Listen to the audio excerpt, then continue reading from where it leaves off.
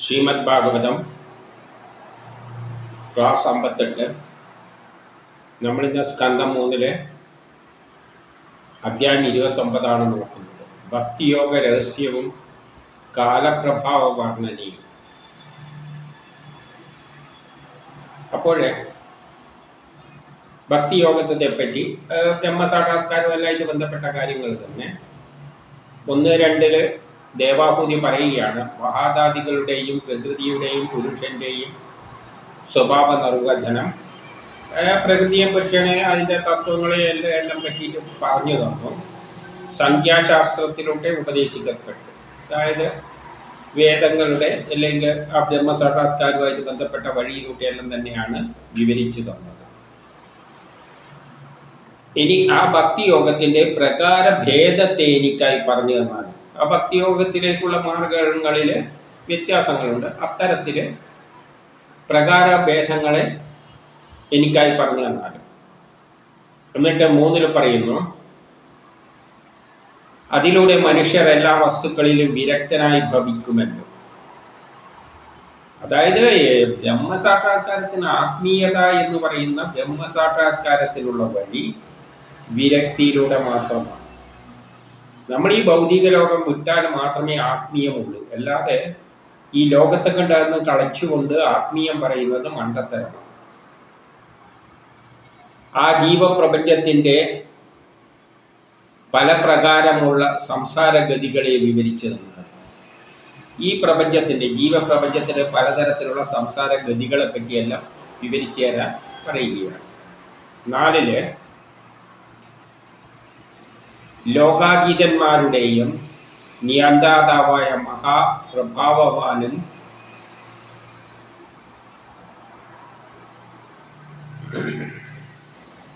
കാലാത്മകനായും ഇരിക്കുന്ന അങ്ങയുടെ സ്വരൂപം. എല്ലാത്തിൻ്റെയും നിയന്താവാണ് ഈ ശക്തി ഭഗവാൻ. മഹാപ്രഭാവാനാണ്, അതേസമയം കാലാത്മകജനാണ്. കാലവുമായിട്ട് ബന്ധിപ്പിച്ചുകൊണ്ടാണ് എല്ലാ കർമ്മങ്ങളും ചെയ്യുന്നത്. കാലമനുസരിച്ചാണ് ഇവിടെ എല്ലാ കർമ്മങ്ങളും. കാലം എന്ന് പറഞ്ഞാൽ സമയമനുസരിച്ച്. പ്രപഞ്ചത്തിനൊരു പ്ലാനുണ്ട്. സൃഷ്ടി മുതൽ ലോകാവസാനം വരെ ഒരു സമയത്തിൻ്റെ അടിസ്ഥാനത്തിലാണ് പ്ലാൻ ചെയ്തിരിക്കുന്നത്. അതിൻ്റെ എല്ലാം കൺട്രോൾ ആരിലാണ്? അപ്പം കാലത്തിലൂടെയാണ് അത് ആക്ട് ചെയ്യുന്നത്. അപ്പം കാലം തന്നെയാണ് ഈ ഭഗവാനായിട്ട് എടുക്കേണ്ടത്. കാരണം ഓരോ കാലത്തിലാണ് ഓരോ സംഭവങ്ങൾ സംഭവിക്കുന്നത്. നമ്മുടെ ജീവിതത്തിൽ ഓരോ സമയത്താണ് ഓരോന്നും സംഭവിക്കുന്നത്. അത് കാലവുമായിട്ട് ബന്ധിപ്പിച്ച് വെച്ചിട്ടുണ്ട്. നമ്മളെ ശ്വസനം പോലും ഒരു സമയമായിട്ട് ബന്ധിപ്പിച്ചിട്ടാണ് ശ്വസിക്കുന്നത്. ഇത്ര ശ്വാസോച്ഛ്വാസം അല്ലെങ്കിൽ ഇത്ര ഹൃദയമിടിപ്പ്, അപ്പോൾ ഒരു സെക്കൻഡിൽ ഇത്ര അല്ലെങ്കിൽ ഒരു മിനിറ്റിൽ ഇത്ര പ്രാവശ്യം ഹൃദയം മിടിക്കും എന്നെല്ലാം ഉള്ള ഒരു കണക്കുണ്ടല്ലോ. അതെല്ലാം ഒരു മിനിറ്റിലെല്ലാമായിട്ട് ബന്ധിപ്പിച്ച് പറയുമ്പോൾ സമയമായിട്ട് ബന്ധിപ്പിച്ചിട്ടാണ് പോകുന്നത്. ശ്വാസം പോലും ഒരു സമയവുമായിട്ട് ബന്ധിപ്പിച്ചിട്ടാണ് പോകുന്നത്. ഇരിക്കുന്ന അങ്ങയുടെ സ്വരൂപം, കാലുമായിട്ട് ബന്ധിപ്പിച്ചിരിക്കുന്ന അങ്ങയുടെ സ്വരൂപം ഒന്ന് വിവരിച്ചു തന്നാലും. ജനങ്ങൾ കാലത്തിൻ്റെ ഭാഗമായി അത് ഹേതുവായിട്ടാണ് പുണ്യകർമ്മങ്ങളെല്ലാം ചെയ്യുന്നത്. കാലം അനുസരിച്ചാണ് നമ്മൾ കർമ്മങ്ങൾ ചെയ്യുന്നത്. നമ്മൾ സമയം നോക്കിയിട്ട് തന്നെയാണല്ലോ എല്ലാ കർമ്മവും ചെയ്യുന്നത്. അപ്പോൾ അറിഞ്ഞോ അറിയാതെയോ കാലുമായിട്ട് അതിന് ബന്ധമുണ്ട്. രാവിലെ നമ്മൾ എഴുന്നേൽക്കുമ്പോഴും ഒരു സമയത്തിനാണ് നമ്മൾ എഴുന്നേൽക്കുന്നത്. നമ്മൾ അറിഞ്ഞോ അറിയാതെയും രാവിലെ എഴുന്നേറ്റ് പോകും. രാത്രിയാകുമ്പോൾ ഉറങ്ങണം എന്ന് തോന്നും. അതെല്ലാം കാലുമായിട്ട് ബന്ധിപ്പിച്ചിട്ടാണ്. ഇനി 5 പറയുകയാണ്, വിവേക കണ്ണുകളില്ലാതെ, അതായത് വിവേകം എന്നൊരു കണ്ണില്ലാതെ, വിവേകമില്ലാത്തവർ മനുഷ്യർ ഭൂരിപക്ഷവും വലിയ ഇത്തരം കാര്യങ്ങളിൽ വലിയ വിവേകമൊന്നും ഇല്ല. മിഥ്യയായ ദേഹാദികളിൽ അഹങ്കാര നിമിത്തം നമ്മൾ ഞാൻ എന്ന ഒരു അഹങ്കാരത്തിലൂടെയാണ് എല്ലാം ഞാൻ എന്ന നിലയിലാണ് കർമ്മങ്ങൾ ചെയ്യുന്നത്. അതെന്താണ്? മിഥ്യയായ ദേഹാദികളാണ്. നമ്മൾ ഞാനാണ് ഈ ശരീരം ശാശ്വതമാണ് എന്നൊന്നും നിലനിൽക്കുന്നതാണ് എന്നുള്ള എന്തോ ഒരു ധാരണ വെച്ചിട്ടാണ് കർമ്മം ചെയ്യുന്നത്. ഈ ശരീരം ഓരോ ദിവസം കഴിയുന്തോറും മരണത്തോടടുക്കുകയാണ്. അപ്പം അതൊന്നും നമ്മൾ ചിന്തിക്കുന്നില്ല. നമ്മളെങ്ങനെയെങ്കിലും നാളെ വരണം, മറ്റന്നാൾ വരണം, നാളെ മറ്റേ സംഭവം ഉണ്ട്, അതുകൊണ്ട് നാളെ വേഗം ഒന്ന് ആയാൽ മതി എന്നെല്ലാം ചിന്തിക്കുമ്പോൾ യഥാർത്ഥത്തിൽ നമ്മൾ മരണത്തോടാണ് അടുക്കുന്നത്. അപ്പോൾ മിഥ്യാദ്യ ദേഹാദികളിൽ അഹങ്കാര നിമിത്തം കർമ്മങ്ങൾ ചെയ്ത് തളർന്നു പോകുന്ന ഒരെത്തും പിടിയും ഇല്ലാത്ത സംസാര സാഗരത്തിൽ ഇവിടുത്തെ കാര്യങ്ങൾക്കൊന്നും ഒരു എത്തും പിടിയൊന്നുമില്ല. നാളെ എന്ത് നടക്കുന്നതെന്നൊന്നും വലിയ പിടിയൊന്നും ഇല്ല. മയങ്ങിക്കിടക്കുന്ന, അങ്ങനെ ഒരു എത്തും പിടിയില്ലാതെ ഈ സംസാര സാഗരത്തിൽ മയങ്ങിക്കിടക്കുന്ന ജനത്തിന് യോഗമാർഗത്തെ തെളിയിച്ചു കൊടുക്കുവാൻ അങ്ങ് സൂര്യനെ പോലെ ഉദിച്ചുവല്ലോ. അപ്പൊ അങ്ങ് വന്നിരിക്കുന്ന എന്തിനാണ്? സൂര്യനെ പോലെ നമുക്ക് ഈ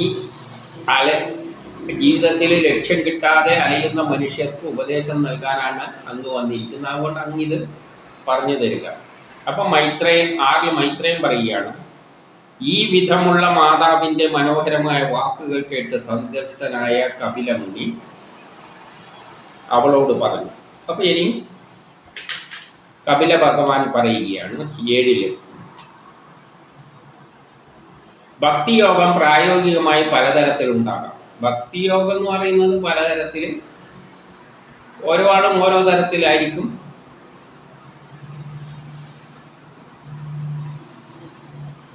സത്വാദി ഗുണങ്ങളാൽ മനുഷ്യരുടെ മനസ്ഥിതി പലതരത്തിലാണല്ലോ. അതുകൊണ്ടാണ് ഭക്തിയോഗം പലതരത്തിലായിട്ട് കാണുന്നത്. സത്വാദി ഗുണങ്ങളാൽ മനുഷ്യരുടെ സ്വഭാവത്തിൽ വ്യത്യാസമുണ്ട്.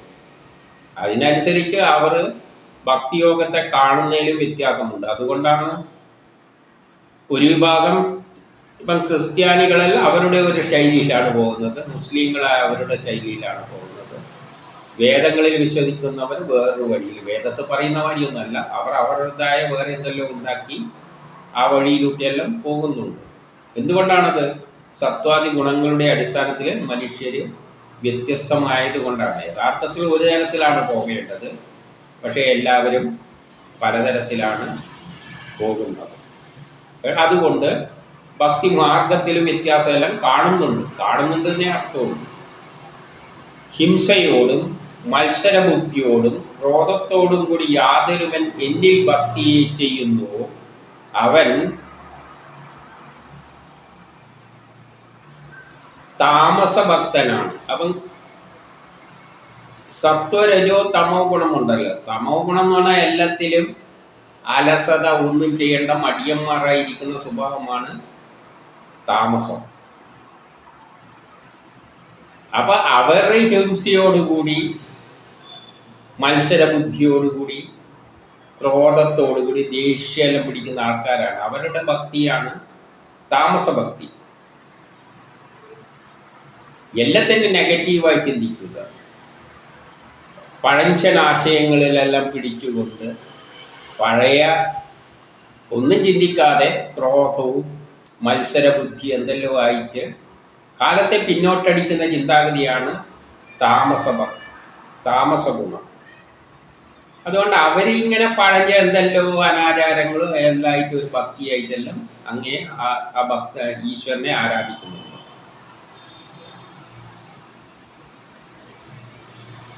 അവരെന്ത് ചെയ്യുന്നത്? വിഷയങ്ങൾ 9 പറയുകയാണ്, കീർത്തി, ഐശ്വര്യം എന്നിവ ഉള്ളിൽ വെച്ച് ഭേദഭാവത്തോടെ ആ വിഗ്രഹാദികളിൽ എന്നെ ആരാധിക്കുന്നുവോ അവർ രാജസഭക്തരാണ്. പിന്നെ രാജസഭക്തരുടെ കാര്യം പറയാണ്, അവര് വിഷയങ്ങൾ, ഓരോ കാര്യം നേടാൻ വേണ്ടിയിട്ട്, കീർത്തി നേടാൻ വേണ്ടിയിട്ട്, ഐശ്വര്യം നേടാൻ വേണ്ടിയിട്ട്, അപ്പോൾ കർമ്മം ചെയ്യുന്നവരാണ്. അപ്പോൾ അതുകൊണ്ടാണ് രാജസരായത്. എന്തെങ്കിലും എല്ലാം നേടാൻ വേണ്ടിയിട്ട്, മറ്റേത് മടിയന്മാരാണ്, ഇത് എന്തെങ്കിലും നേടാൻ വേണ്ടിയിട്ട്. അപ്പോൾ എന്തെങ്കിലും വിഷയം പിടിച്ച് നേടേണ്ടിക്ക് എന്തെങ്കിലും വിഷയം വേണമെങ്കിൽ ആ വിഷയത്തെ പിടിച്ചുകൊണ്ട് പഠിച്ചാൽ ഇന്ന ജോലി കിട്ടും, ആ ഒരു ഉദ്ദേശത്തിലേക്ക് പഠിക്കും. അങ്ങനെ ഏതെങ്കിലും ഒരു വിഷയം പിടിച്ചിട്ട് കീർത്തി കിട്ടാൻ വേണ്ടിയിട്ട്, ഐശ്വര്യം കിട്ടാൻ വേണ്ടിയിട്ട്, അതെല്ലാം കർമ്മം ചെയ്യുന്ന തരത്തിലാണ്. അവർ മടിയന്മാരല്ല. അപ്പോൾ അത് രജോ ഗുണമാണ്. അവർ ഉള്ളിൽ വെച്ചിട്ട് ഭേദഭാവത്തോടെ അവരെല്ലാത്തിനെയും പലതായിട്ടാണ്, ഹിന്ദു, മുസ്ലിം, ക്രിസ്ത്യാനി എന്നെല്ലാം പറഞ്ഞ് കണ്ടിട്ട് പലതായിട്ട് ഭേദഭാവത്തോടു കൂടിയാണ് അവർ ചെയ്യുന്നത്. എല്ലാം പലതായിട്ട് കാണും. അവർ വിഗ്രഹത്തിലെ ആരാധിക്കുക, ഏതൊക്കെ വിഗ്രഹമെല്ലാം വെച്ചിട്ട് ആരാധന നടത്തും. അവര് രാജസഭക്തർ. അവരാണ് ഈ അമ്പലത്തിലെല്ലാം പോയി വിഗ്രഹമെല്ലാം വെച്ച് പ്രാർത്ഥിക്കും. പരീക്ഷേനെ കാട്ടി മുമ്പിൽ എന്നെ ഒന്ന് പരീക്ഷയിൽ ജയിപ്പിച്ച് തരണേ എന്നെല്ലാം പറഞ്ഞിട്ട് വിഗ്രഹത്തിൻ്റെ മുമ്പിലെല്ലാം ഇരുന്നിട്ട് പ്രാർത്ഥിച്ചിട്ടെല്ലാണ് പരീക്ഷ പോകുക. അവര് രാജസഭക്തരാണ്. ഇനി 10 ഇനി സാത്വിക ഭക്തരാണ്. സാത്വിക ഭക്തർ എന്ന് പറയുമ്പോൾ കർമ്മഫലമായ അവരെന്തെങ്കിലും ചെയ്ത പാപമെല്ലാം ചെയ്തിട്ടുണ്ടെങ്കിൽ അതിനൊന്ന് പരിഹാരം തരണമെന്ന് ചിന്തിച്ചുകൊണ്ട് ഭക്തി എടുക്കുന്നവരാണ്. എന്തെല്ലോ ചെയ്തിട്ടുണ്ട്, അതിൽ നിന്ന് എന്നെ ഒന്ന് പാപത്തിൽ നിന്നൊന്ന് മാറ്റിത്തരണേ എന്നുള്ള, അല്ല വേറെ എന്തെങ്കിലും നേടണം എന്നുള്ള ഉദ്ദേശമൊന്നുമില്ല. ഞാൻ ചെയ്ത കർമ്മത്തിൽ അയ്യോ ഞാൻ ഇന്നലെ തെറ്റ് ചെയ്തു പോയി, അപ്പം എന്നെ ആ പാപത്തിൽ നിന്ന് മാറ്റിത്തരണേ, ഇങ്ങനെയുള്ള പാപചിന്തകളാൽ കർമ്മങ്ങൾ ഈശ്വരനിൽ അർപ്പിച്ചുകൊണ്ട്, പക്ഷെ അവർ എല്ലാ കർമ്മങ്ങൾ ചെയ്യുന്നതിൽ ഈശ്വരനെ അർപ്പിച്ചുകൊണ്ടാണ്. ഈശ്വരമാനം ചെയ്യേണ്ടത് ആവശ്യമാണെന്ന് ചിന്തിച്ചുകൊണ്ട് കൃത്യബോധത്തോടെ ഭേദഭാവത്തോടുകൂടി, അവർക്കും എല്ലാവരെയും പലതായിട്ടെല്ലാം കാണുന്ന സ്വഭാവമാണ്. അങ്ങനെ ചെയ്യുന്നവരാണ് സാത്വിക ഭക്തൻ. അപ്പം ചെയ്തു പോയ പാപങ്ങൾ എല്ലാം ഒന്ന് ക്ഷമിക്കണം എന്ന് പറഞ്ഞുകൊണ്ട് തന്നെ പാപത്തിലൊന്നും പെടുത്തരുതെന്നും പറഞ്ഞുകൊണ്ട് കർമ്മം ചെയ്യുക. കർമ്മമെല്ലാം അതിനു വേണ്ടിയിട്ട് ചെയ്യുന്നവർ ചെയ്യും. അതുകൊണ്ട് അത് ചെയ്യണം എന്നുള്ള ബോധത്തോടു കൂടി തന്നെയാണ് ചെയ്യുന്നത്. പക്ഷെ അവർക്കുള്ളൊരു കുഴപ്പം എന്ന് പറഞ്ഞാൽ എല്ലാത്തിനെയും പലതായിട്ടെല്ലാം കാണും. ഹിന്ദു, ക്രിസ്ത്യൻ, മുസ്ലിം ഇങ്ങനെയെല്ലാം കണ്ടുകൊണ്ട് തന്നെയാണ് അവർ ചെയ്യുന്നത്. ഇനി 12 എന്നാൽ അത് 3 ഗുണങ്ങളിലുള്ളവരാണ്. സത്വ, രജോ, തമോ ഗുണങ്ങളിലുള്ളവരാണ് പറ്റിയാണ് പറഞ്ഞത്. പക്ഷെ ഇതൊന്നുമല്ല യഥാർത്ഥ ഭക്തി. യഥാർത്ഥ ഭക്തി എന്ന് പറഞ്ഞു കഴിഞ്ഞാൽ അത് സത്വ, രജോ, തമോ ഗുണം അനുസരിച്ചാണ് ഈ ലോകം ഉണ്ടായിരിക്കുന്നത്. അപ്പോൾ ലോകത്തിലുള്ളവർ ഓരോ ആവശ്യങ്ങൾ ഉന്നയിച്ചുകൊണ്ടാണ് കർമ്മം ചെയ്യുന്നത്. പക്ഷെ യഥാർത്ഥ ഭക്തി എന്ന് പറഞ്ഞാൽ ഈ ലോകത്തെ വിട്ടുകൊണ്ടുള്ളതാണ്. അപ്പോൾ സത്വ, രജോ, തമോ ഗുണത്തിന് അടിസ്ഥാനമായിരിക്കില്ല. അപ്പോൾ അവർ ചെയ്യുന്ന യഥാർത്ഥ ഭക്തി എന്താണ്? എൻ്റെ ഗുണങ്ങളുടെ ശ്രവണം കൊണ്ട് മാത്രം എൻ്റെ ഗുണങ്ങൾ, അതായത് ഭഗവാനെ പറ്റി മനസ്സിലാക്കുക. പ്രപഞ്ചം സൃഷ്ടിച്ച ഒരു ശക്തി വിശേഷമുണ്ട്. ആ ശക്തി വിശേഷമാണ് ഞാനായത്. എന്നിലൂടെ ഈ പ്രപഞ്ചത്തിലെല്ലാം ഉണ്ടായിരിക്കുന്നത്. അതാണ് ആ ഒരു വീക്ഷണകോണിലൂടെ അന്തരാമിയായിരിക്കുന്ന, അപ്പൊ ആ ശക്തിയാണ് എന്നിലുള്ളത്. ഞാൻ ആ ശക്തിയാണ് എന്ന് മനസ്സിലാക്കിക്കൊണ്ട് പരമപുരുഷനായ, അതാണ് ഞാൻ, പരമപുരുഷനായ എന്നിൽ, അപ്പം പരമപുരുഷനായ അന്തരാമിയായ എൻ്റെ ഉള്ളിൽ കിടക്കുന്ന ഞാൻ എന്നത് ആ ശക്തിയാണ്, ആ പരമപുരുഷനാണ്, ആ ഭഗവാനാണ് എന്ന ചിന്തയോടുകൂടി ഇടപെടാതെയും എപ്പോഴും ഇതേ ചിന്തയായിരിക്കണം.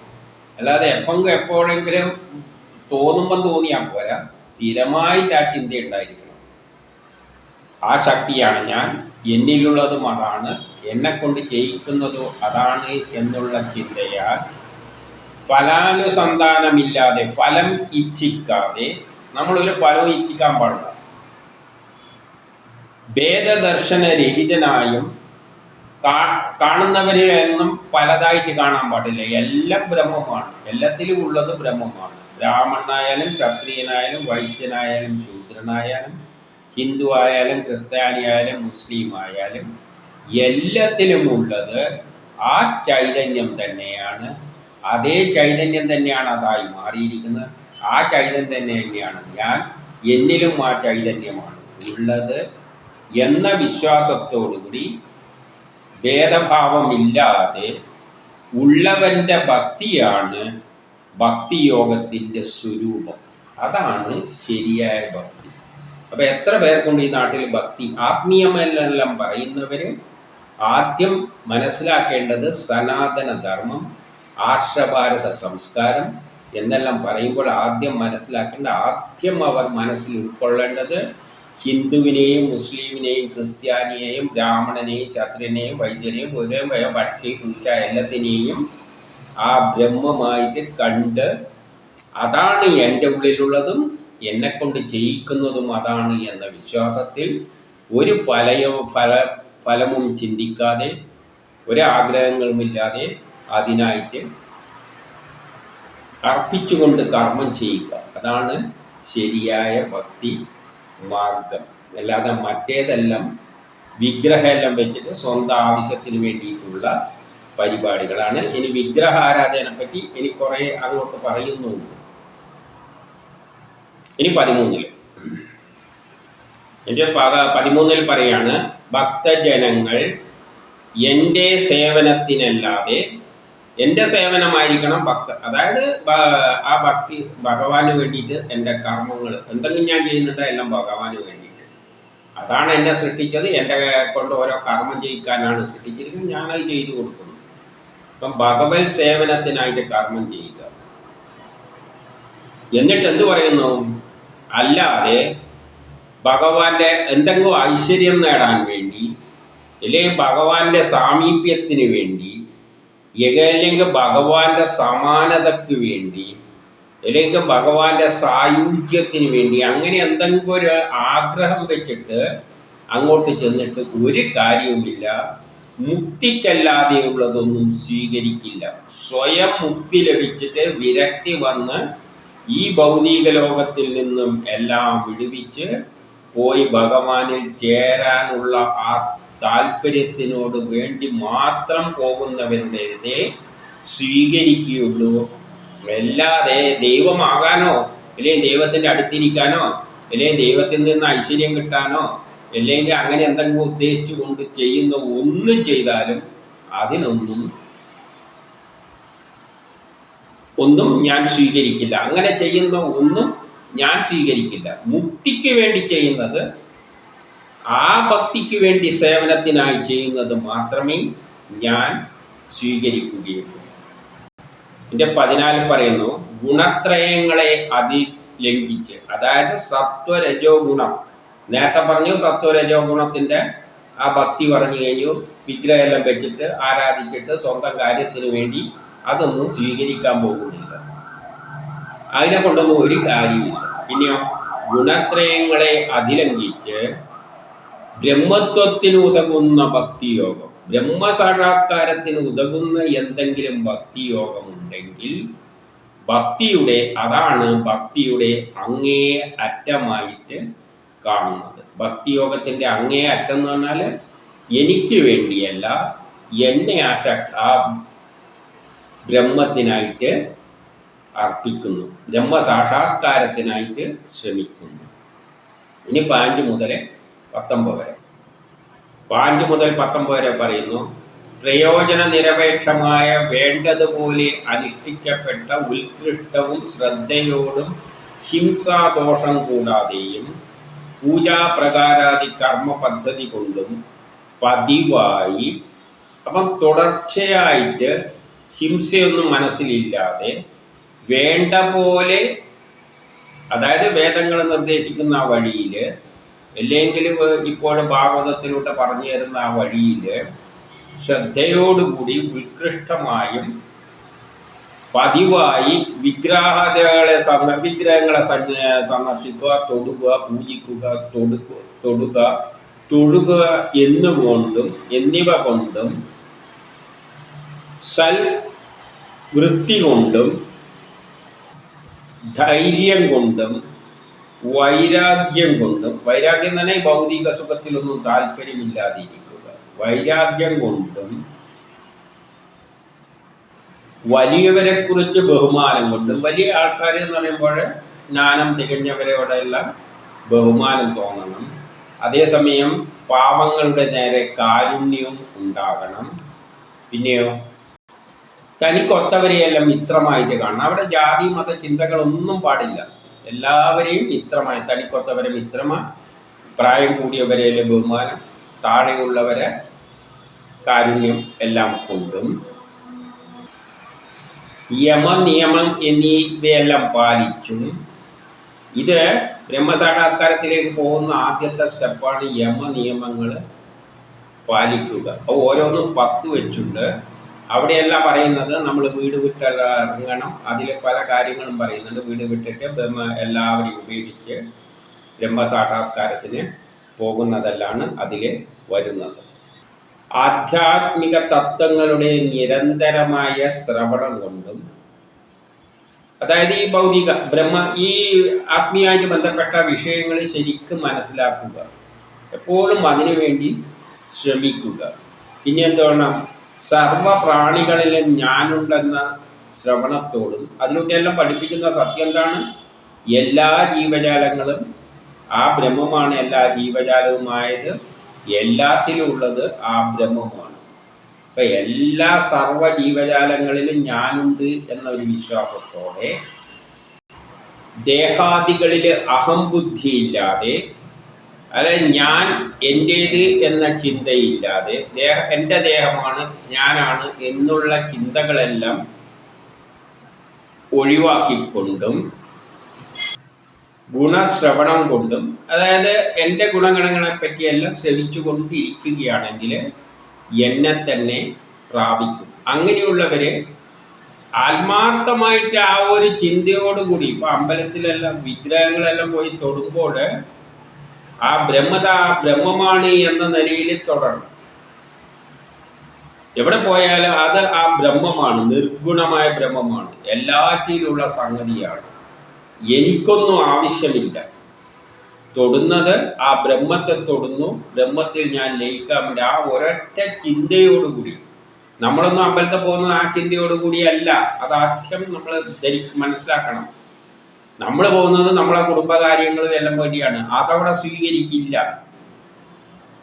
നേരെ മറിച്ച് എല്ലാം ബ്രഹ്മമാണ് എന്ന ഒരു ചിന്തയോടുകൂടി കല്ലിൽ തൊട്ടാലും അത് ബ്രഹ്മം തന്നെയാണ്. ആ ഒരു മനസ്സോടുകൂടി കല്ലിനെ തൊട്ടുകൊണ്ട് സത്സംഗത്തോടുകൂടി അങ്ങനെയുള്ള ആൾക്കാർ പഠിപ്പിക്കുന്ന സ്ഥലത്തെല്ലാം പോയിട്ട് ആരെങ്കിലും നീങ്ങുന്നുണ്ടെങ്കിൽ അവർ എന്നെ തന്നെ പ്രാപിക്കും എന്ന് പറയണം. അതാണ് ശരിയായ ഭക്തി.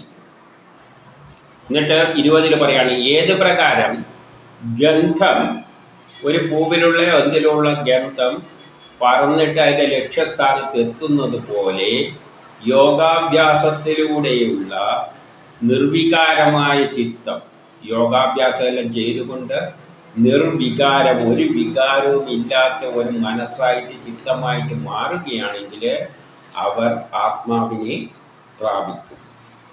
കാരണം ആ തരത്തിലാണ് ഒരു വികാരങ്ങളുണ്ടാകുക. ആ ഒരു ലക്ഷ്യം അതിലേക്ക് ചേരുക എന്നത് മാത്രം. അങ്ങനെയാണെങ്കിൽ അവിടെ അതെല്ലാം ശരിയായ ഭക്തിമാർഗം തന്നെയാണ്. എന്നിട്ട് 21 പറയുകയാണ്, സർവചരാചരങ്ങളുടെയും അന്തരാമിയായി ഞാൻ അവയിൽ സ്ഥിതി ചെയ്യുമ്പോൾ എല്ലാ ജീവജാലങ്ങളെയും, ഇപ്പം ഞാനടക്കം എന്നിൽ അന്തരാമിയായിട്ട് ആ ഈശ്വരൻ സ്ഥിതി ചെയ്യുമ്പോൾ അങ്ങനെയുള്ള എന്നെ അവഗണിച്ച്, ഞാൻ തന്നെയാണ് ഇതിൻ്റെ ഉള്ളിൽ തന്നെയാണുള്ളത്, എന്നെ അവഗണിച്ച് മനുഷ്യർ വിഗ്രഹങ്ങളിൽ പൂജിക്കുക എന്ന അനുകരണം ചെയ്യുന്നുണ്ട്. ആരെല്ലോ ചെയ്യുന്ന കണ്ടിട്ട് വിഗ്രഹത്തിൻ്റെ പിന്നാലെ പൂജിച്ച് നടക്കുന്നുണ്ട്. ആരെല്ലോ ഉപദേശിച്ചിട്ടുണ്ട് വിഗ്രഹ പൂജ നടത്താൻ. അതുകൊണ്ട് മനുഷ്യരെന്ത് ചെയ്യാണ്, എല്ലാവരും വിഗ്രഹത്തെ പോയി തൊട്ട് നമിച്ചുകൊണ്ടിരിക്കുകയാണ്.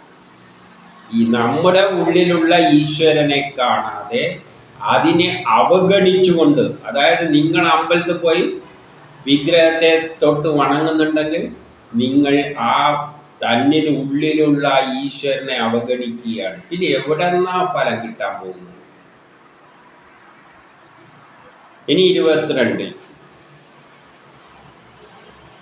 യാതൊരുവൻ എല്ലാ ചരാചരങ്ങളിലും അന്തരാമിയായ എന്നെ തള്ളിക്കളഞ്ഞ്, ആരൊരുവൻ എല്ലാ ചരാചരങ്ങളിലും ഉണ്ട് എന്നാണ്, എന്നിലും ഉണ്ട്.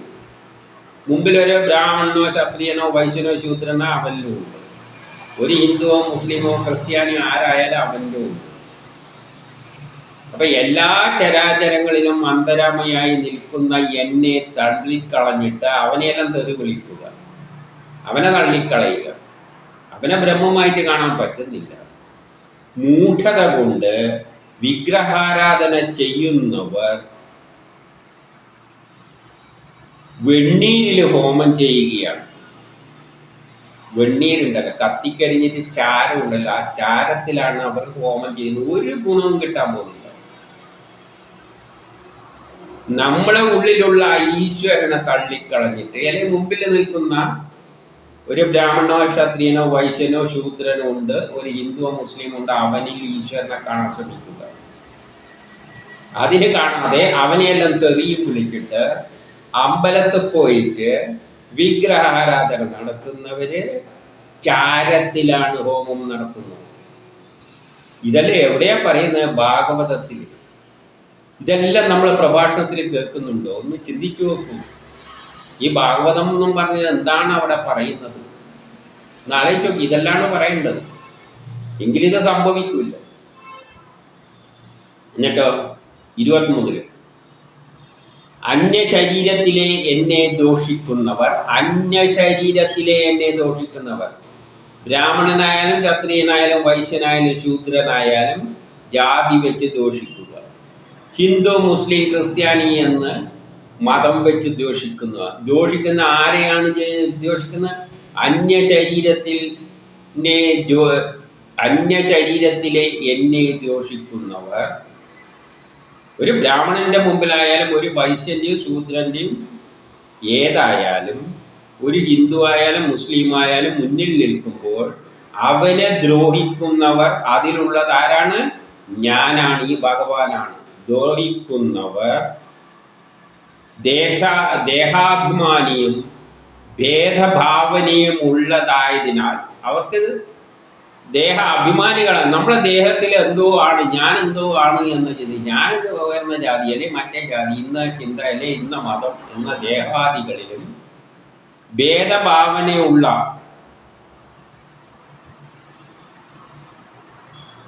പലതിനെയും ഭേദഭാവത്തിലാണ് കാണുന്നത്. അത് ഹിന്ദുവാണ്, അത് മുസ്ലിമാണ്, അത് ക്രിസ്ത്യനാണ്, അത് ബ്രാഹ്മണനാണ്, അത് വൈശ്യനാണ്, അത് ശൂദ്രനാണ്. അത് ഇങ്ങനെ ഭേദഭാവനയിൽ കാണുന്നവർ നടക്കുന്നവരുടെ മനസ്സ് ഒരിക്കലും ശാന്തമാകില്ല. അതുകൊണ്ട് തന്നെയാണ് അവരുടെ മനസ്സ് ശാന്തമല്ല. അങ്ങനെ പലതായി കാണുന്നവരെ ശാന്തമല്ലാത്ത മനസ്സുമായിട്ട് വർഗീയത വിഭാഗീയതയെല്ലായിട്ട് കണ്ടുകൊണ്ട് മനസ്സ് ശാന്തമല്ലാതെ എന്തെല്ലോ അതിക്രമങ്ങൾ കാട്ടിക്കൂട്ടും. അവരുടെ മനസ്സൊരിക്കലും ശാന്തമാകില്ല. അവരെന്തെല്ലോ ചിന്തിച്ചിട്ട് പലതായി കണ്ടുകൊണ്ട് തമ്മിൽ തല്ലി നടക്കും.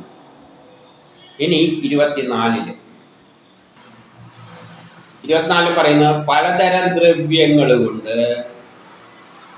ദ്രവ്യങ്ങൾ കൊണ്ട് പൂജാകർമ്മങ്ങൾ ബിംബത്തിൽ അർപ്പിച്ചാലും, പാലഭിഷേകം നടത്തിയാലും, പുഷ്പാഭിഷേകം നടത്തിയാലും, നെയ്യഭിഷേകം നടത്തിയാലും, എന്ത് കാര്യം ചെയ്താലും, എന്തെല്ലാം ദ്രവ്യങ്ങൾ കൊണ്ട് പൂജാകർമ്മങ്ങൾ ബിംബത്തിൽ അർപ്പിച്ചാലും ഞാൻ പ്രാണിവർഗത്തെ അവമതിക്കുന്നവർക്ക് ഒട്ടും പ്രസാദിക്കില്ല.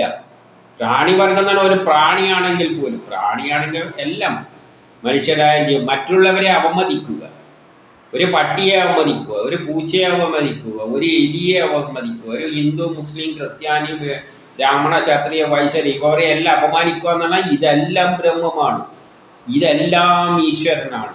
അപ്പം നീ അവഹേളിക്കുന്നത് ഈശ്വരനെയാണ്. ഈ ഈശ്വരനെ അവഹേളിച്ചിട്ട് ജാതിയുടെയും മതത്തിൻ്റെയും എല്ലാം പേരിൽ അവഹേളിച്ചിട്ട് അവമതിച്ചിട്ട് ബിംബത്തിൽ പോയി എന്ത് ദ്രവ്യങ്ങൾ അർപ്പിച്ചാലും ഞാൻ ഒട്ടുമേ പ്രസാദിക്കാൻ പോകുന്നില്ല.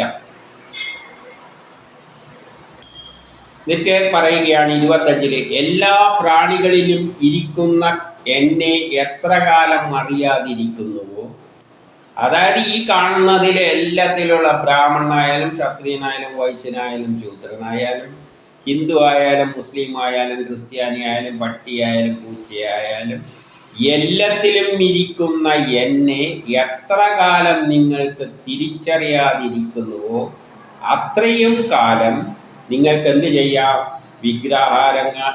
വിഗ്രഹങ്ങളിൽ പോയിട്ട് എന്തെങ്കിലും എല്ലാം ചെയ്യാം, കുഴപ്പമൊന്നുമില്ല. കാരണം നിങ്ങളെ സംബന്ധിച്ചോളം ഈശ്വരൻ എന്ന് പറഞ്ഞാൽ വിഗ്രഹത്തിൽ കിടക്കുകയാണ്. നിങ്ങളവിടെ പോയി ആരാധിച്ചു, പക്ഷെ ഒന്നും കിട്ടൂല എന്ന് നേരത്തെ പറഞ്ഞു വെച്ചിട്ടുണ്ട്.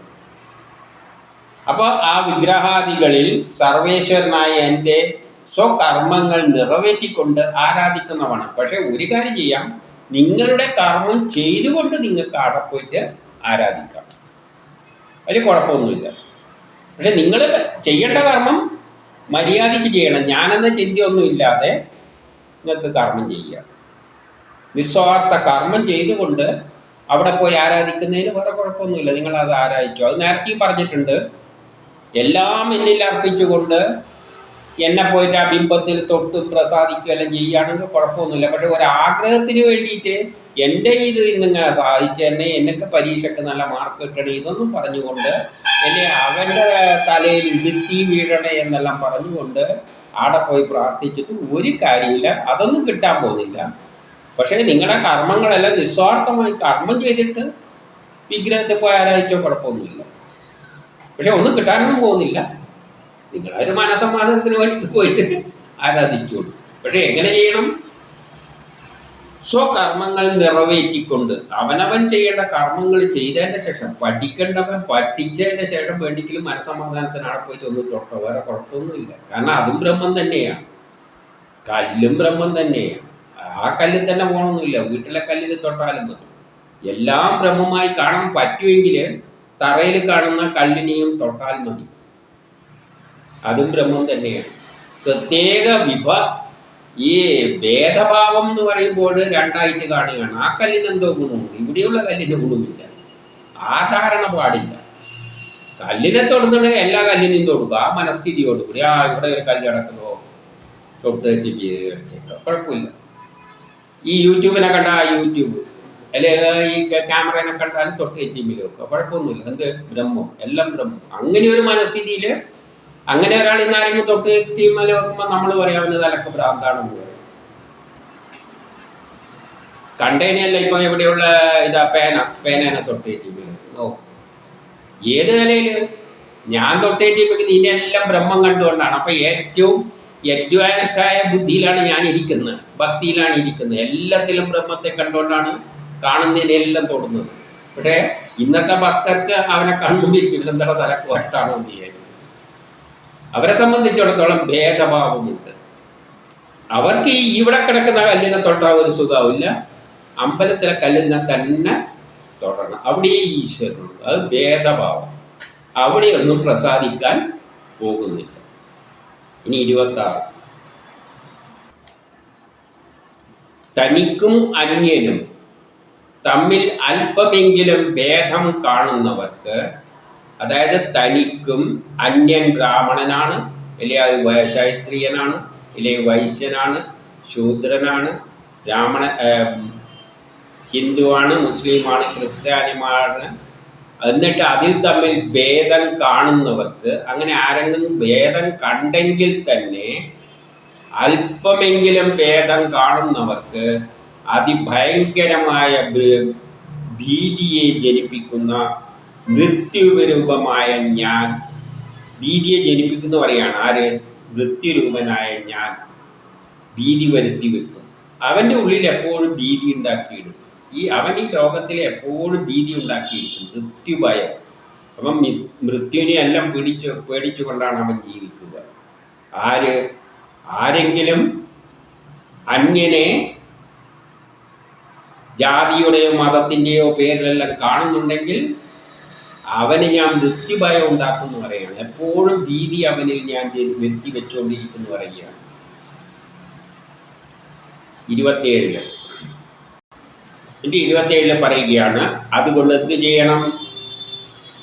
സർവവ്യാപിയായിരിക്കുന്ന സർവചരാചരങ്ങളിലും അന്തരാമിയായിരിക്കുന്ന, അതായത് എല്ലാത്തിലും ഉള്ളിലിരിക്കുന്ന, അതായത് ഈ പറയുന്ന എന്നിൽ തന്നെ ഉള്ളിലിരിക്കുകയാണ്. മുമ്പ് കിടക്കുന്ന എല്ലാവരെയും കുടികൊള്ളുന്ന എന്നെ ദാനമാനങ്ങൾ കൊണ്ടും ദാനം ചെയ്യുക. ആർക്കെങ്കിലും എന്തെങ്കിലും പ്രയാസം കൊണ്ട് ഉടനെ കിച്ചെന്നെടുത്ത് പൈസ കൊടുത്തോളൂ, സഹായിച്ചോളൂ. എന്തെല്ലാം സഹായം വേണം ചെയ്തോളൂ. കാരണം ഞാൻ തന്നെയാണത്. അങ്ങനെ കാണണം. എനിക്കൊരു പ്രയാസം ഉണ്ടാകുമ്പോൾ ഞാൻ പൈസ എടുത്തിട്ട് ഡോക്ടറെ അടുത്ത് പോയില്ല. വേറെ ആൾക്ക് പ്രയാസം ഉണ്ടോ, ഇതാ പിടി പോയി ഉടനെ ഡോക്ടറെ അടുത്ത് കാണുമെന്ന് പറഞ്ഞ് കൊടുക്കണം. അതാണ് നമ്മളെ സനാതന ധർമ്മം, ആർഷഭാരത സംസ്കാരം പറയുന്ന ധർമ്മം. ദാനമാനങ്ങൾ കൊണ്ടും സൗഹൃദം, ഭയങ്കര സൗഹൃദം ഉണ്ടാകണം അവനുമായിട്ട്. ഭേദമില്ലാത്ത ദൃഷ്ടിയോടുകൂടെയും, ഭേദമുണ്ടാകാൻ പാടില്ല. മനുഷ്യരെ ജാതിയുടെയും മതത്തിൻ്റെയും പേരിലൊന്നും വിഭാഗീയതയൊന്നും ഉണ്ടാക്കാൻ പാടില്ല. അങ്ങനെ ആ ചിന്താഗതിയോടുകൂടി എന്നെ ആരാധിച്ചാൽ അത് ശരിയായ ഭക്തി ആണ്. ഇനി 28 എന്നിട്ട് മഹത്തരം ആരാണെന്ന് പറയുകയാണ്. ഈ പ്രപഞ്ചത്തിലുള്ളവരിൽ ഏറ്റവും മഹത്തരമായിട്ടുള്ള ആരാണെന്ന് പറയുകയാണ്. അചേതനങ്ങളെക്കാൾ ചേതനങ്ങളാണ് ഉത്കൃഷ്ടം. അചേതനങ്ങളെക്കാൾ ചേതനങ്ങൾ. അതിലും പ്രാണവൃത്തിയുള്ളവൻ, പ്രാണങ്ങളുടെ സിഗ്നൽ സിസ്റ്റമെല്ലാം വർക്ക് ചെയ്തിട്ട് പ്രവർത്തിക്കുന്നവരാണ് അവയേക്കാൾ ഉത്തമം. അവയേക്കാൾ, അതെല്ലാ ജീവജാലങ്ങളിലുണ്ട്. അവയേക്കാൾ ബോധം എന്ന് പറഞ്ഞാൽ ബോധമുള്ളവനാണ്, നല്ല ബോധം ഉണ്ടായിരിക്കണം. അവരാണ് അവയെക്കാളും ഉത്കൃഷ്ടം. അവയെക്കാട്ടിയും വലുതായിരിക്കുന്നത് ഇന്ദ്രിയ വ്യാപാരമുള്ളവനാണ് ശ്രേഷ്ഠൻ. ഇന്ദ്രിയങ്ങൾ, നമുക്കെല്ലാം എന്തുണ്ട്? ഇന്ദ്രിയങ്ങളുണ്ട്. എല്ലാ ജീവജാലങ്ങൾക്കെല്ലാം ഒരു പരിധി വരെ ഇന്ദ്രിയങ്ങളുണ്ട്. അപ്പൊ ഇന്ദ്രിയങ്ങൾക്കുള്ള ജീവജാലങ്ങളാണ് കുറച്ചും കൂടി ശ്രേഷ്ഠർ. സ്പർശനേന്ദ്രിയം കൊണ്ട് ഗ്രഹിക്കുന്ന വൃക്ഷങ്ങളെക്കാൾ, അപ്പൊ സ്പർശനേന്ദ്രിയങ്ങളുള്ളവരുണ്ട്. അപ്പൊ ഇന്ദ്രിയങ്ങളുള്ളവരാണ് പ്രധാനം. ആ ഇന്ദ്രിയങ്ങളിൽ തന്നെ ചെടികൾക്ക് സ്പർശനേന്ദ്രിയങ്ങളാണുള്ളത്. അവയെക്കാട്ട് ശ്രേഷ്ഠം രസബോധമുള്ള ജീവികൾക്കാണ്. വായുന്ന് രുചിക്കാൻ കഴിവുള്ളവർക്ക്. അത് മത്സ്യമെല്ലാമാണ്. അവരെക്കാട്ടി ശ്രേഷ്ഠമാണ് ഘ്രാണേന്ദ്രിയമുള്ളവർ, ഭ്രമരാദികൾ. അപ്പൊ ഈ പക്ഷിമാരിയുള്ളിയല്ല, അതിനെക്കാട്ടി ശ്രേഷ്ഠമാണ്. അവയേക്കാൾ ശ്രേഷ്ഠം ശബ്ദത്തോളമുള്ള സർപ്പങ്ങളാണ്. ശബ്ദത്തെ സ്പർശിച്ച് മനസ്സിലാക്കാൻ കഴിവുള്ള സർപ്പങ്ങളാണ് അതിലും ശ്രേഷ്ഠമായിട്ടുള്ള. ആ ജനിതക ഘടനയിൽ ആ ഓർച്ച അനുസരിച്ചാണ് ഇവിടെ പറയുന്നതെന്ന് നമുക്ക് മനസ്സിലാക്കാം.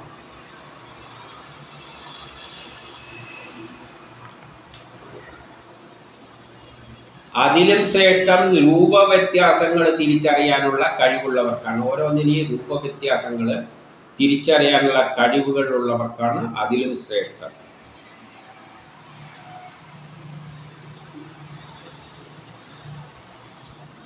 അതിലും ശ്രേഷ്ഠം ഇരുവരി പല്ലുകളുള്ളവരാണ്. 2 വരി പല്ലുള്ളവരാണ് അതിനെക്കാട്ടി ശ്രേഷ്ഠം എന്ന് പറയുന്നത്. അവയേക്കാൾ ശ്രേഷ്ഠം അനേക കാലുകളുള്ളവരാണ്. അനേക കാലുകളുള്ളതെന്ന് പറഞ്ഞാൽ ചലന്തിയെല്ലാം, ഈ ചലന്തി അങ്ങനത്തെ സാധനങ്ങളാണ് അനേകം കാലുകളുള്ളവർ. അവയേക്കാൾ ശ്രേഷ്ഠം 4 കാലുള്ളവരാണ്. അവയേക്കാൾ ശ്രേഷ്ഠം 2 കാലുള്ളവരാണ്. അത് മനുഷ്യരാണ്. അപ്പം മനുഷ്യരാണ് 2 കാലുള്ളവരാണ് അതിൽ ശ്രേഷ്ഠം. ഇനി 32 പറയുന്നു, മനുഷ്യരിൽ ബ്രാഹ്മണാദികളാണ് 4 വർണ്ണങ്ങളുണ്ട്. അതിൽ ബ്രാഹ്മണരാണ് ശ്രേഷ്ഠം. 4 വർണ്ണങ്ങൾ. 4 വർണ്ണങ്ങൾ എന്ന് പറയുമ്പോൾ ബുദ്ധിപരമായിട്ട് കാര്യങ്ങളെ മനസ്സിലാക്കാൻ കഴിവുള്ളവരാണ് ബ്രാഹ്മണർ എന്നതുകൊണ്ട് ഉദ്ദേശിക്കുന്നത്. ജനനം കൊണ്ട് കിട്ടുന്നതല്ല. ബുദ്ധിപരമായിട്ട് ചിന്തിക്കാൻ കഴിവുള്ള ആൾക്കാരാണ് ബ്രാഹ്മണർ. അവരാണ് ശ്രേഷ്ഠം. അവരിലും ഏറ്റവും ശ്രേഷ്ഠം എന്ന് പറഞ്ഞാൽ വേദം അറിയുന്നവരാണ്. വേദം ചൊല്ലാൻ അറിയുന്നവരുണ്ടല്ലോ, അവരാണ് അവരെക്കാട്ടിയും ശ്രേഷ്ഠം. അതിലും ശ്രേഷ്ഠം വേദത്തിൻ്റെ അർത്ഥം മനസ്സിലാക്കാൻ കഴിവുള്ളവരാണ്. വേദവരികൾക്ക് അർത്ഥമില്ല എന്നാണ് പറഞ്ഞു കിടക്കുന്നത്. അതോടുകൂടി കഴിഞ്ഞു. വേദത്തിൻ്റെ അർത്ഥം മനസ്സിലാക്കുന്നവരാണ്, അറിവുള്ളവരാണ് അതിലും ശ്രേഷ്ഠം. അവരെക്കാൾ ശ്രേഷ്ഠം വേദത്തിൻ്റെ അർത്ഥം പറഞ്ഞ് എല്ലാവർക്കും ആരെങ്കിലും ചോദിച്ചാലും പറഞ്ഞ് ബോധിപ്പിച്ചും അർത്ഥം പറഞ്ഞ് മനസ്സിലാക്കി കൊടുക്കാൻ സംശയ നിവൃത്തി വരുത്താൻ പറ്റുന്നവരാണ് അതിലും ശ്രേഷ്ഠം. അപ്പം ബ്രാഹ്മണരിലും ഏറ്റവും ശ്രേഷ്ഠം വേദത്തിൻ്റെ അർത്ഥം മനസ്സിലാക്കിയാൽ പോരാ, വല്ലവരും ചോദിക്കുകയാണെങ്കിൽ പറഞ്ഞ് നല്ലവണ്ണം മനസ്സിലാക്കി കൊടുക്കുക. എന്താണ് ബ്രഹ്മം, എന്താണ് ഈശ്വരൻ എന്നെല്ലാം പറഞ്ഞ് മനസ്സിലാക്കാൻ കഴിവുള്ളവരാണ്. വേദങ്ങൾ അറിയണം. ഒരു വേദത്തിൻ്റെ അർത്ഥം വരികളെല്ലാം പറഞ്ഞ് എല്ലാവർക്കും പറഞ്ഞു കൊടുക്കാനുള്ളവരാണ് ശ്രേഷ്ഠം. അതിനേക്കാൾ ശ്രേഷ്ഠം സ്വധർമ്മം അനുഷ്ഠിക്കുന്നവരാണ്. ശ്രദ്ധാപൂർവം സ്വധർമ്മം അനുഷ്ഠിക്കുന്നവരാണ്. അപ്പൊ അതിൽ ഏതെല്ലാം വരും? ബ്രാഹ്മണ, ക്ഷത്രിയ, വൈശ്യ, ശൂദ്ര. പിന്നെ ബ്രാഹ്മണനല്ല, അതിനെക്കാട്ടി ഈ ബ്രാഹ്മണരെക്കാട്ടി ശ്രേഷ്ഠ ആരാണ്? സ്വധർമ്മം അനുഷ്ഠിക്കുന്നവർ. അത് ബ്രാഹ്മണനായാലും ക്ഷത്രിയനായാലും വൈശ്യനായാലും ശൂദ്രനായാലും. ശൂദ്രനും സ്വധർമ്മമുണ്ട്. ആ ധർമ്മം ശരിയായ ശ്രദ്ധാപൂർവം അനുഷ്ഠിക്കുന്നവരാണ് ഏറ്റവും, അതിനെക്കാട്ടി ബ്രാഹ്മണരെക്കാട്ടി ശ്രേഷ്ഠമാണ് സ്വധർമ്മം അനുഷ്ഠിക്കുന്നവർ. അവരെക്കാൾ ശ്രേഷ്ഠം കർമ്മഫലം ഇച്ഛിക്കാതെ സ്വർണധർമ്മം ചെയ്യുന്നവരാണ്. അവരെക്കാട്ടി ശ്രേഷ്ഠമാണ് എനിക്കല്ല എന്നുള്ള ചിന്തയോടുകൂടി സ്വധർമ്മം അനുഷ്ഠിക്കുക. ബ്രഹ്മമാണ് എന്നെ സൃഷ്ടിച്ച് ഓരോ കർമ്മം ചെയ്യാനാണ് ഞാനത് ചെയ്തു കൊടുക്കുന്നത്, എനിക്കൊന്നും വേണമെന്നൊന്നുമില്ല. അതായത് സ്വധർമ്മം ഒന്നും പ്രതീക്ഷിക്കാതെ ചെയ്തു കൊടുക്കുക.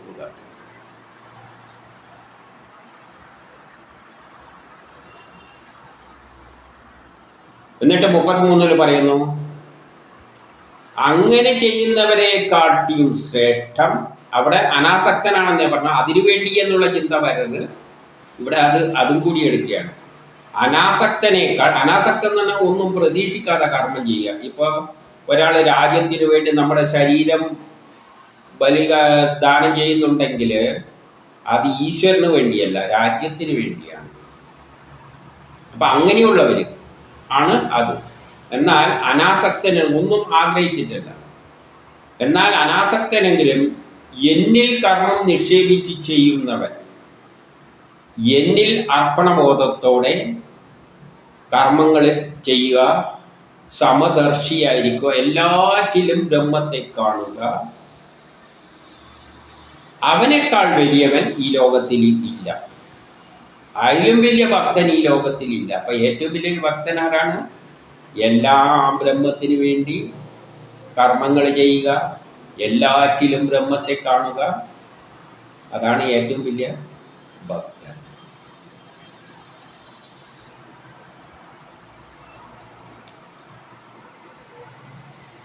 എന്നിട്ട് 34 പറയുകയാണ്, സർവവ്യാപിയായ ഈശ്വരൻ എല്ലാ ശരീരത്തിലും പ്രവേശിച്ചിരിക്കുന്നു എന്നറിഞ്ഞുകൊണ്ട് എല്ലാറ്റിനെയും വണങ്ങണം.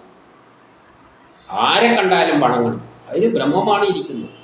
ഒരു ബ്രാഹ്മണനോ ക്ഷത്രിയനോ വൈശ്യനോ ശൂദ്രനോ വരികയാണെങ്കിൽ ഉടനെ വണങ്ങിക്കോണം. ഒരു ഹിന്ദുവോ മുസ്ലിമോ ക്രിസ്ത്യാനിയോ വരികയാണെങ്കിൽ ഉടനെ വണങ്ങിക്കോണം. കാരണം അതിലിരിക്കുന്നത് എന്താണ്? ബ്രഹ്മമാണ്. ഇതാണ് സനാതന ധർമ്മം. ആർഷഭാരത സംസ്കാരം എന്നും എന്തെല്ലാം പറയുന്നുണ്ടല്ലോ, അതെല്ലാം വേദത്തിൻ്റെ ബേസിലല്ലേ പറയുന്നത്. അപ്പോൾ ഇതാണ് ആ ധർമ്മം.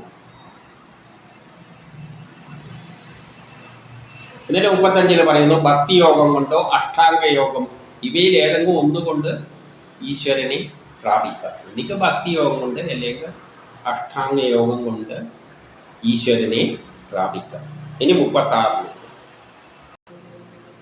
അപ്പൊ ഇനി ദൈവമാരാണെന്നല്ലേ അറിയേണ്ടത്. ദൈവം ഈശ്വരനും ഒന്നല്ല. ഇതിപ്പം ഭഗവാനെ പറ്റിയാണോ. ഇനി ദൈവം എന്താണെന്ന് പറയുകയാണ്. ബ്രഹ്മം, പരമാത്മാവ്, ഭഗവാൻ എന്ന് പറയുന്ന ഈശ്വരൻ. ഇപ്പൊ ഈശ്വരൻ എന്ന് പറയുന്നത് എന്താണ്?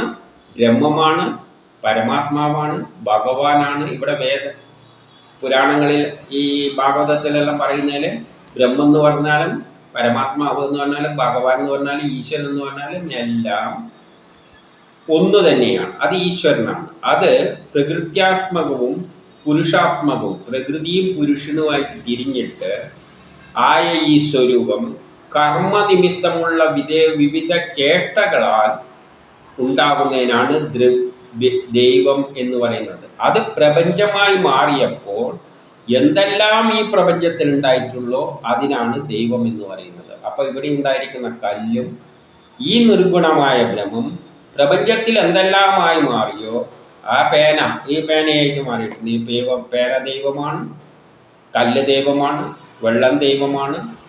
നമുക്ക് ഗുണം ചെയ്യുന്നത് ഏതേ തരുള്ളൂ? ഈ ദൈവങ്ങളെ തരുള്ളൂ. ഈശ്വരൻ തരില്ല. ഈശ്വരൻ തരൂല എന്ന് നേരത്തെ പറഞ്ഞു. ഈശ്വരൻ്റെ അടുത്ത് ഒന്നും അങ്ങോട്ട് ചോദിച്ചിട്ട് പോയാൽ ഒന്നും കിട്ടാൻ പോകുന്നില്ല. വെടിക്ക് ബ്രഹ്മസാക്ഷാത്കാരത്തിന് അങ്ങോട്ടേക്ക് പോകാം. എല്ലാം വിട്ടിട്ട് അങ്ങോട്ട് പോവുകയാണെങ്കിൽ ഈശ്വരൻ കനിയും. അല്ലാതെ നമ്മുടെ ഒരാഗ്രഹവും സാധിപ്പിച്ചു തരാൻ പോകുന്നില്ല ഈശ്വരൻ, എല്ലാം പരമാത്മാവ്, എല്ലാം ബ്രഹ്മം, എല്ലാം ഭഗവാൻ. അതിനെ വിഗ്രഹം വെച്ചിട്ടൊന്നും ആലോചിച്ചിട്ട് കാര്യമില്ല. പിന്നെ എന്താണ് നമുക്ക് സഹായം തരിക? ദൈവമാണ് നമുക്ക് തരിക. ദൈവം എന്ന് പറഞ്ഞാൽ ഇത് പേന ദൈവമാണ്. ഒരു ചെക്ക് ബുക്കിൽ ഒപ്പിട്ട് കൊടുത്തു കഴിഞ്ഞാൽ പൈസ കിട്ടും. ദാഹിക്കുമ്പോൾ വെള്ളം കുടിച്ചാൽ വെള്ളം നമ്മളെ ദാഹം തീർത്ത് തരും. അപ്പം ഇതെല്ലാണ് ദേവതകൾ. വെള്ളം ദേവതയാണ്, ചോറ് ദേവതയാണ്, ചിക്കൻ ദേവതയാണ്. കാരണം ചിക്കൻ തിന്നു കഴിഞ്ഞാൽ ശരീരത്തിന് വിശക്കും ഊർജ്ജം കിട്ടും. എന്തും അതുകൊണ്ട് എല്ലാം ദേവതകളാണ്. അപ്പം അതിനെ ആരാധിക്കുന്നതിന് കുഴപ്പമൊന്നുമില്ല. അതിനെല്ലാം പിന്നെ പേനയില്ലാതെ അതുകൊണ്ടല്ലേ നമ്മൾ വിദ്യാരംഭത്തിന് അല്ലെങ്കിൽ വിദ്യ പൂജ വെക്കുമ്പോഴെല്ലാം പേന കൊണ്ട് വെക്കുന്നത്. പേനയോ മഴുവോ കൈത്തോട്ടോ എന്തോ കൊണ്ട് വെക്കാം. കാരണം നമുക്ക് രക്ഷിക്കുന്നത് അതാണ്. വെള്ളവും വെക്കാം. ദാഹം തീർക്കുമ്പോൾ നമ്മളെ സഹായിക്കുന്ന വെള്ളമാണ്, ഏറ്റവും അത്യാവശ്യം വെള്ളമാണ്. അതുകൊണ്ട് വെള്ളം ദേവതയാണ്, മണ്ണ് ദേവതയാണ്, കല്ല് ദേവതയാണ്. അതിനെല്ലാം ആരാധിക്കാം. കാരണം അതിൽ നിന്നാണ് നമുക്ക് ഗുണം കിട്ടുന്നത്. അത് പക്ഷെ വെറുതെ വിഗ്രഹം ഉണ്ടാക്കി വെച്ചിട്ട് ആരാധിച്ചാൽ കിട്ടില്ല. വെള്ളം എടുത്ത് കുടിക്കുക തന്നെ പാടും. അല്ല കുപ്പിയിൽ വെള്ളം നിറഞ്ഞിട്ട് ദാഹം വരുമ്പോൾ കുറേ പൂവെല്ലാം വാരി ആ കുപ്പിക്ക് ഇട്ട് കൊടുത്തിട്ട് മന്ത്രവും ചൊല്ലിക്കൊണ്ടിരുന്നു കഴിഞ്ഞാൽ ദാഹം തീരാനൊന്നും തോന്നില്ല. വെള്ളം എടുത്ത് കുടിക്കുക, അത്രയാണ് എളുപ്പ പരിപാടി. ഇതാണ് ദേവതകൾ. ഇനി 37 ഇനി കാലം എന്ന് പറയുകയാണ്. എല്ലാത്തും കാര്യങ്ങളെല്ലാം ഇവിടെ നടക്കുന്ന എല്ലാ സംഭവങ്ങളും കാലത്തിന് അനുസരിച്ചാണ്. കാലത്തിൻ്റെ അനുസരിച്ചാണ് എല്ലാ കാര്യങ്ങളും പ്രോഗ്രാം ചെയ്ത് വെച്ചിരിക്കുന്നത്. അതുകൊണ്ട് പദാർത്ഥങ്ങളുടെ രൂപഭേദത്തിന് കാരണമായ ഈ പദാർത്ഥങ്ങൾ പലതായി മാറിയത് പരിണാമസിദ്ധ, യുക്തിവാദികൾ പറയുന്ന പരിണാമ സിദ്ധാന്തം ഉണ്ടല്ലോ, പരിണാമത്തിലൂടെയാണ് കല്ലും മണ്ണും എല്ലാം ഉണ്ടായത്. ആദ്യം തന്നെ കല്ലും മണ്ണൊന്നും ഉണ്ടായിട്ടില്ല. ആറ്റങ്ങളുണ്ടായി, തന്മാത്രകളുണ്ടായി, കൂടിയിട്ടാണ് കല്ലുണ്ടായത്. അതെല്ലാം സഭയുമായിട്ട് ബന്ധിപ്പിച്ചിട്ടാണ് ഉണ്ടായിരിക്കുന്നത്. അപ്പോൾ പദാർത്ഥങ്ങളുടെ രൂപഭേദത്തിന് കാരണമായ ഈശ്വര സ്വരൂപത്തെ കാലമെന്ന് പറയുന്നു. അപ്പം കാലമാണ് ഈശ്വരൻ. ഇവിടെ എന്ത് നടക്കുന്നുണ്ടെങ്കിലും കാലത്തിനനുസരിച്ച് നിന്റെ കാലം എന്നെല്ലാം പറയുന്നില്ല, ആ കാലം തന്നെ. ആ കാലം എത്തുമ്പോഴാണ് കാര്യം സാധിക്കുന്നത്. അപ്പം കാലമാണ് ഈശ്വരൻ. അതുകൊണ്ടാണ് മഹാഭാരത യുദ്ധം, 3-ാം ലോകമഹായുദ്ധം ഒരു കാലത്തിലാണ് വരുന്നത്. ആ കാലമാണ് ഈശ്വരനായിട്ട് ലോകത്തെ മാറ്റിമറിക്കുന്നത്. കൊളോണിയലിസം തട്ടിമാറ്റി ഒരു കാലം, പണ്ട് 1-ാം ലോകമഹായുദ്ധത്തിലൊരു കാലം കുറേ മാറ്റി, 2-ാം ലോകമഹായുദ്ധത്തിൽ മാറ്റി, ഇപ്പോൾ 3-ാം ലോകമഹായുദ്ധത്തിലൂടെ മാറ്റാൻ വേണ്ടി നിൽക്കുന്നു. ആ കാലമാണ് ഈശ്വരൻ. അതാണ് കൃഷ്ണൻ, അതാണ് രാമൻ, അതാണ് പരശുരാമൻ.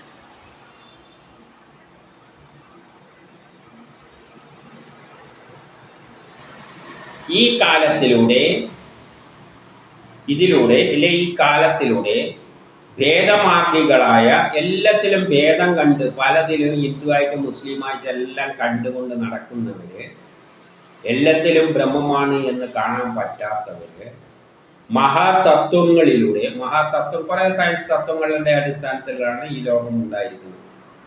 അഭിമാനികളായിട്ട് അവർ ഞാനെന്ന അഹങ്കാരം വെച്ചുകൊണ്ട് വർത്തിക്കുന്നവന് മൃത്യുഭയമുണ്ടാകും. അവൻ എപ്പോഴും മരണത്തെ ഭയന്നുകൊണ്ട് ജീവിക്കും. മരണത്തെ ഭയന്നുകൊണ്ട് ജീവിക്കുന്നവർ ഈ ഞാനെന്ന ചിന്ത വെച്ചുകൊണ്ട് നടക്കുന്നവരാണ്. അവരെല്ലാത്തിലും ഞാൻ, മറ്റേത്, അത് അവനാണ്, അത് ഇതാണ് എന്നെല്ലാം പറഞ്ഞു നടക്കുന്നവർക്ക് മരണഭയം നിശ്ചയമാണ്. അവർക്ക് അതിൽ നിന്നൊന്നും മാറാൻ പറ്റില്ല. അങ്ങനെ മൃത്യുഭയമുള്ള മനുഷ്യരെ, എല്ലാവർക്കും മൃത്യുഭയം ഉണ്ടല്ലോ, ആർക്കേ ഇല്ലാതെയുള്ള ബ്രഹ്മസാക്ഷാത്കാരത്തിന് പോകുന്നവർ ബാക്കി നമ്മളെല്ലാം മൃത്യുഭയം ഉള്ളവർ തന്നെയാണ്. നമ്മളെ കാര്യമാണ് പറയുന്നത്. എല്ലാറ്റിൻ്റെയും ആശ്രയമായതും എല്ലാറ്റിൻ്റെയും ഉള്ളിലും സ്ഥിതി ചെയ്യുന്നതുമായ ആ ശക്തി വിശേഷം ഭൂതങ്ങളാൽ തന്നെ സംഹരിക്കുന്നു. അതായത് ഭൂതങ്ങളെ കൊണ്ട് തന്നെ സംഹരിക്കും. നമ്മളെ എല്ലാം ഒന്ന് വേറൊന്നിനെ കൊണ്ട് സംഹരിക്കുമെന്നാണ് പറഞ്ഞു വെച്ചിരിക്കുന്നത്. ആ കാലമൂർത്തി വിഷ്ണുവെന്ന സ്വപ്നയാൽ യജ്ഞേശ്വരനായി അറിയപ്പെടുന്നു. ആ മരണത്തിന് കാരണമാകുന്നു. ആ ശക്തി നമ്മളെ ഉള്ളിൽ നിന്നുകൊണ്ട് നമ്മളെ മരണത്തിലേക്ക് നയിക്കും. അതായത് നമുക്ക് മരണമുണ്ട്. ആ മരണത്തിന്റെ പിന്നിൽ ഈ വിഷ്ണു എന്ന ആ വിഷ്ണുവിന്റെ വേറൊരു സ്വപ്നയില് വേറെ പേരിൽ വരികയാണ് യജ്ഞേശ്വരൻ. ആ യജ്ഞേശ്വരൻ എന്ത് ചെയ്യും? നമ്മളെ വധിക്കും. ആ ഭയം നമ്മൾ എപ്പോഴും ഉണ്ടാവും. മരണഭയം നമ്മുടെ ഉള്ളിൽ ഉണ്ടായിരിക്കും. അതും കാലസ്വരൂപനാണ്. കാലുമായിട്ടാണ് ബന്ധപ്പെട്ട് കിടക്കുന്നത്. കാലം എത്തുമ്പോൾ നമ്മളെ തട്ടുക തന്നെ ചെയ്യും. ആ കാലസ്വരൂപന് ഒരാളും ഇഷ്ടനായിട്ടില്ല. ആരെയും അതിന് ഇഷ്ടമില്ല, ഒരാളുമായിട്ട് അതിന് വിരോധവുമില്ല. ആ കാലസ്വരൂപന് ആരും ഇഷ്ടക്കാരൊന്നും, ഇവ ഇഷ്ടക്കാരനാണ് എന്നാൽ ഒരു 10 ദിവസം നീട്ടി ആയുസ് കൊടുത്തേക്ക്, അങ്ങനത്തെ ചിന്തയൊന്നും അതിനില്ല. അതിന് ആരും ഇഷ്ടക്കാരനുമില്ല, ആരും വിരോധികളുമില്ല. സമയത്തുമ്പോൾ തട്ടും, അത്രയാണ്. ബന്ധുവായിട്ടുമില്ല. എൻ്റെ ബന്ധു എന്ന നിലയിലൊന്നും അതിനൊന്നും ആർക്കും സ്വാധീനിക്കാൻ പറ്റില്ല. അത് വരേണ്ട സമയത്ത് അതുകൊണ്ട് എന്നെ മരണത്തിൽ നിന്ന് രക്ഷിക്കണേ എന്നും പറഞ്ഞിട്ട് പ്രാർത്ഥിച്ചിട്ടൊന്നും ഒരു കാര്യമില്ല. മരണം എത്തേണ്ട സമയം മനസ്സിൽ. അതിനാരോട് ഇഷ്ടക്കാരനോ ബന്ധുവോ അല്ലയോ ഒന്നുമില്ല. അതിനൊന്നും സോപ്പടിക്കാനൊന്നും പറ്റില്ല. ഇവൻ നമ്മളെ അന്തരാമിയായിട്ട് പിഴ പറ്റാതെ ഇരുന്ന് അവനൊരു പിഴയും പറ്റില്ല. സമയത്തിന് കൊല്ലണ്ടവനെ കൃത്യമായിട്ട് അവൻ കൊല്ലുക. അല്ലാതെ ഒരാൾക്ക് പകരം വേറൊരാൾക്ക് കൊള്ളുന്ന പരിപാടിയൊന്നും അതിനില്ല. അവൻ അന്തരാമിയായിട്ട് ഉള്ളിലിരിക്കുകയാണ് നമ്മളെ ഉള്ളിൽ. എന്നിട്ടോ അവനൊരു പിഴയും പറ്റില്ല. ഒരു മരിക്കേണ്ട സമയം കൃത്യസമയത്ത് അവൻ കൊല്ലും. എന്നിട്ട് എന്താ ചെയ്യുന്നത്? അന്തരാമിയായി ഇരുന്നിട്ട് പിഴ പറ്റിയവൻ അവനൊരു പിഴയും പറ്റില്ല. പിഴ പറ്റുന്നത് കാണുമ്പോൾ ജനത്തെ കയറി പിടിക്കും, കൗത്തിന് കയറി പിടിക്കും, കൊല്ലാൻ വേണ്ടിയിട്ട്. എന്നിട്ട് 40, 41, 42, 43 പറയുകയാണ്, അവനെ ഭയന്നിട്ടാണ് കാറ്റ് വീശുന്നത്. ആ മരണം ചെയ്യുന്ന ഭയന്റെ അവന്റെ ശക്തി പറയുകയാണ്. അവനെ ഭയന്നിട്ടാണ് കാറ്റ് വീശുന്നത്, സൂര്യൻ എരിയുന്നത്, ഇന്ദ്രൻ മഴ പെയ്യിപ്പിക്കുന്നത്, നക്ഷത്രങ്ങൾ തിളങ്ങുന്നത്,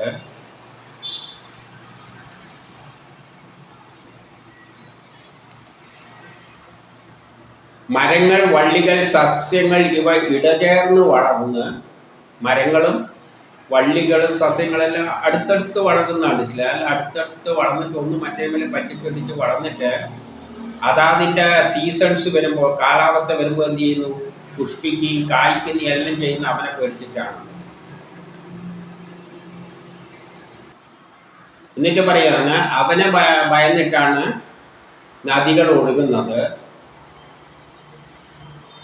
സമുദ്രങ്ങൾ കരകഴിഞ്ഞ് ഒഴുകാത്തതും അതുകൊണ്ടാണ്. അവനെ ഭയന്നിട്ടാണ്. തീ കത്തുന്നത് അവനെ ഭയന്നിട്ടാണ്. മലയോടുകൂടി മലകൾ ഭൂമിയിലങ്ങ് താണു പോകാത്തത് അവനെ ഭയന്നുകൊണ്ടാണ്. ആകാശം ശ്വസിക്കുന്നവർക്ക് ശ്വസിക്കാനുള്ള സൗകര്യങ്ങൾ ഉണ്ടാക്കി കൊടുക്കുന്നത് അവനെ ഭയന്നിട്ടാണ്. മഹതത്വം തൻ്റെ ശരീരത്തെ സപ്തപദാർത്ഥങ്ങളാൽ ആവരണം ചെയ്ത് ലോകവുമായി ചേർത്ത് വർത്തിക്കുന്നതും, അതായത് എല്ലാം ചേർന്നിട്ടാണല്ലോ ഈ ശരീരം ഉണ്ടായത്, ലോകവുമായിട്ട് ബന്ധപ്പെട്ടുകൊണ്ടാണല്ലോ വർക്ക് ചെയ്യുന്നത്. അതെല്ലാം അതിനെ ഭയന്നിട്ടാണ്.